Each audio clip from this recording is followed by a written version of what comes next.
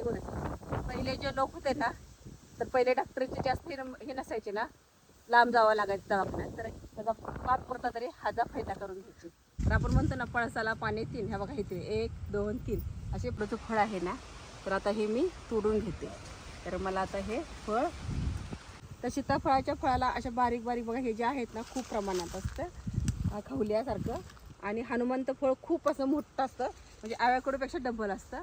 तो असं एवढा एवढा लाकडाचा तुकडा गोल भाग निघतो तो, आणि त्या तुकड्यालाच तुम्ही कुठेही ठेवला तर एवढा सुगंधी वास येतो. हाय, तर माझ्या चॅनलवरती तुम्हा सगळ्यांचे स्वागत आहे. तर मी सुवर्णा. तर आज मी आलेले आहे गावाला. तर गावची बागेतली झाडं आणि फळं आज मी तुम्हाला माझ्या व्हिडिओमधून दाखवणार आहे.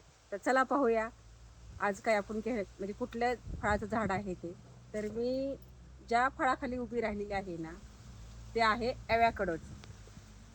तर ॲव्याकडोचं फळ कसं असतं ना, हे मी तुम्हाला सांगते, पहिल्यांदा दाखवते. तर हे पहा,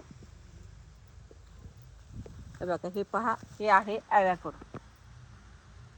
तर हे जे ॲव्याकडो आहे ना, ह्याचा व्हिडिओ मी पहिल्यांदा ह्याच्या अगोदर मी माझ्या चॅनलवर टाकला होता, आणि त्यावर तुम्ही सगळ्यांनी एकदम भरपूर प्रतिसाद दिला मला, की त्यामुळं परत मी म्हटलं की चला आपण आणि तुम्हाला दुसरा एक ह्याचा व्हिडिओ दाखवते की मोठ्या फळाचं. त्यावेळी मी दाखवलं, त्यावेळी मी झाड दाखवलं आणि छोटे फळं दाखवले होती.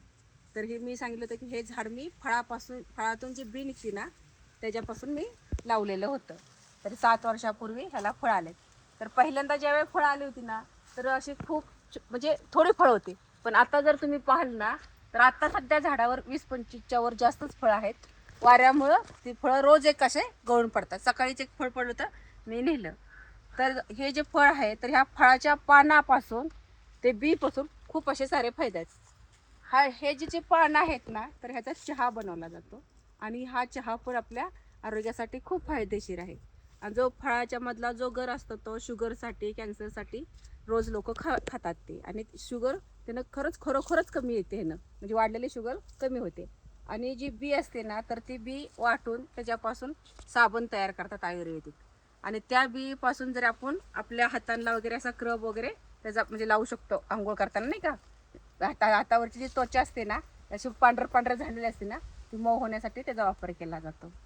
तर ह्या फळापासून आपण सँडविच बनवू शकतो, सॅलड बनवू शकतो, परत पिझ्झा बनवू शकतो, म्हणजे कशा भरपूर पराठे पण करू शकतो आपण ह्या फळापासून. ह्या फळाचे असे खूप असे फायदे, म्हणजे तुम्ही कसेही खाऊ शकता हे फळ. तर हे बघा ॲव्याकडोचं फळ आहे ना, तर आता हे मी तोडून घेते. तर मला आता हे फळ बघा किती छान आहे.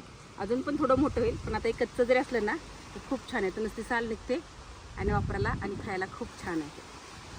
चला तर आता आपण पुढच्या झाडाकडे जाऊया. आता मी आलेले आहे हाडजोड घ्यायला. तर बघा हे हाडजोड आहे. तर हाडजोडची ना पानं आणि कांड्याचा खूप सारा असा फायदा आहे. हाडजोड म्हणजे तुटलेली मोडलेली हाडं जोडणारी गोष्ट. पहिले जे लोक होते ना, तर पहिले डॉक्टरचे जास्त हे नसायचे ना, लांब जावं लागायचं दवाखान्यात, तर त्याचा पाच पुरता तरी हाचा फायदा करून घ्यायची. तर हे लावायचे जोडलेल्या मोडलेल्या हाडावरती. तर हा काय करायचं, त्याचे जे आहेत ना कांड्या, त्याच्या चेचायच्या, आणि गरम तेलात म्हणजे मोहरीचं तेल असतं ना, मोहरीच्या तेलात ह्याच्या कांड्या गरम करून त्याचा लेप जिथं हाडं मोडलेत ना त्या भागावर बांधायची, की त्यानं तुमचं हाड हे जुळून येतच.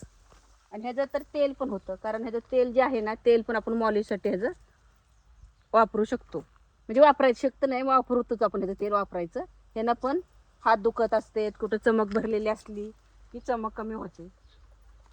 तर आता जी मी तोडून घेते ना, हे जे हाडजोड, तर ह्याची मी भाजी करणार आहे किंवा चटणी करणार आहे. तर ही जी फळं आहेत ना, तर कधीही खाताना म्हणजे अशी कच्ची खायची नाहीत, नाहीतर खूप तोंडाची आग उठते, भडक उठतात असं. त्यामुळे कच्ची खाण्याचा कधीही प्रयत्न करू नका. आणि फुलाचे तर काही फायदे नाहीत, ते फक्त फुलं जे आहेत ते शोसाठीच आहेत. ह्याच्यामुळे आपलं पित्त, आणि दुसरी गोष्ट म्हणजे ह्याची भाजी खाल्ली ना, तर ज्याला ज्याला मूळव्याधाचा त्रास आहे ना, तो मूळव्याधाचा त्रास ह्या भाजीमुळे कमी होतो. तर आता मी ह्याचे जे आहेत ना, तर हे कवळी कवळी अशी भाजीसाठी तोडून घेते बघा, अशी पटकीने. आणि भाजी वगैरे करताना ह्याच्या चार बाजूने हाड जोड्यासारखे तुकडे तुकडे आहेत ना, एक एक तुकडा काढायचा, ह्याच्या पूर्ण अशा शिरा काढायच्या, आणि हे तेलात चांगलं असं भाजून मग ह्याची भाजी किंवा तुम्ही चटणी काही करू शकता. आणि चटणी जर केली तर तुम्ही ती चटणी पराठ्याबरोबर कशाबरोबर बी खाऊ शकता. आणि चटणी करताना थोडी ह्या चटणीमध्ये ना थोडीशी अशी चिंच टाकायची, त्यामुळं त्याचा जे खाजपणा असतो ना तो कमी येतो. तर मी तुम्हाला ना एक एक छोटासा व्हिडिओमध्ये दाखवते ह्याचं तेल कसं तयार करायचं, कारण ह्याचं तेल मी नेहमीच तयार करत असते थोडं. तर हे बघा किती असं पसरलं आहे बघा. आणि ह्याच्या ज्या बिया असतात ना त्या बिया पडतात आणि बियापासून परत रोपं तयार होतात. तर हे बघा असं पूर्ण असं कडेपत्र असं पसरत गेले. तर ह्याची मी आता बघा किती असे भाजी पुरते. तर मला आज खूप सारे असे कवळे कवळे शेंडे मी तोडून घेतलेले आहेत. आणि दुसरी गोष्ट म्हणजे असं कंपाऊंडवर लावलं की भाजी पण करता येते आणि आपल्या कंपाऊंडची शोभा पण ह्यानं वाढते. कारण हा वेल असं वाढत वाढतच चाललाय.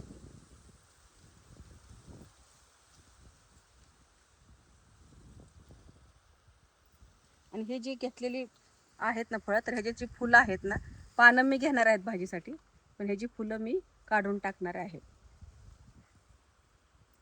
तर आज मी एवढ्याशी चटणीसाठी घेतलेल्या आहेत शेंगा. भाजी आहे कांड्या. तर आता आपण ना दुसऱ्या झाडाकडे जाऊया आणि दुसरे काय फळ आहेत ते बघूया.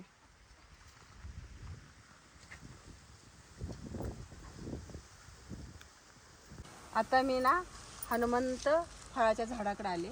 हे बघा हनुमंत फळाची कशी पानं आहेत, वेगळी आहेत. आणि त्याच्या शेजारीच ना सीताफळ आहे. सीताफळ आणि हनुमंत फळ ही दिसायला एकसारखी दिसतात, पण त्याचे म्हणजे फळात फरक काय आहे. तर सीताफळाच्या फळाला अशा बारीक बारीक बघा हे जे आहेत ना खूप प्रमाणात असतं खवल्यासारखं. आणि हनुमंत फळ खूप असं मोठं असतं, म्हणजे आव्याकडूपेक्षा डबल असतं. आणि त्याला जास्त फक्त असे टोकदारच असतात. तर आता सध्या अजून माझ्या ह्या हनुमंत फळाला फळं नाहीत आल्यानंतर मी तुम्हाला दाखवते.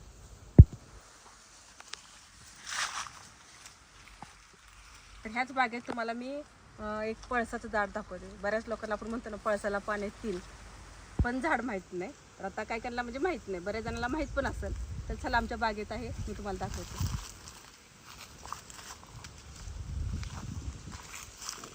बागेतलं पळसाचं झाड, हे आमच्या बागेतलं पळसाचं झाड. तर आपण म्हणतो ना पळसाला पाने 3, ह्या बघा इथे 1 2 3 असे प्रत्येक ठिकाणी बघा 3-3च पानं आहेत. आणि हे झाड तुम्हाला कुठेही जाताना रस्त्याला दिसते, म्हणजे असतंच रस्त्यात कडेला. तर मी तुम्हाला दाखवते. ह्याच्या शेजारीच आहे ते आहे चंदनाचं झाड. तर बघा इथे चंदनाचं झाड पण आमच्या बागेत आहे, त्याच्या शेजारी कंपाऊंड थिएटर. तर ह्या आता ह्याला ना फुलं यायला लागले. एक ठिकाणी बघा तिथे फळं पण असतात. आता ही जी फळं आहेत ना ह्या फळाचे खूप असे काही फायदे नाहीत, नुसते शोसाठी ही फळं येतात आणि फुलं येतात. तर आपण नेहमी मंदिरात बघतो चंदन उगवताना, हा चंदनाचं लाकूड असतं, ह्याचा चंदन उगवतो.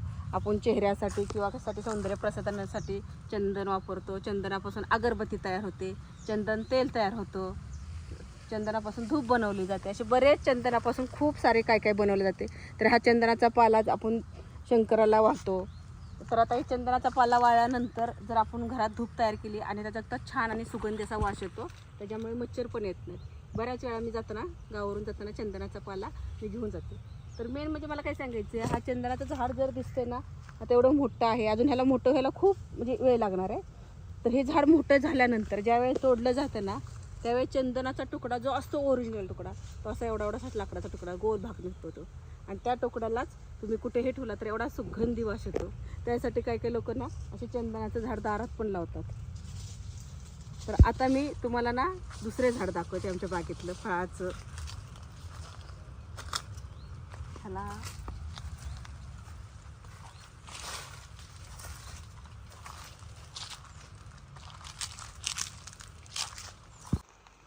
तर हे झाड जे दिसतंय ना तुम्हाला वरती आलं तर फळं वगैरे आलेत बघा. इथं पण फळं आहेत, खूप उंच झाड आहे.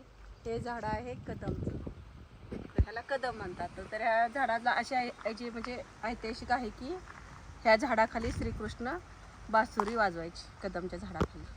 तर ह्या झाडाची जी फळं आहेत त्याची भाजी बनवतात, पिकल्यानंतर हे फळं खातात. आणि हे जे फळ आहेत ते खूप औषधी आहेत. ह्या फळापासून लोणचं बनवलं जातं.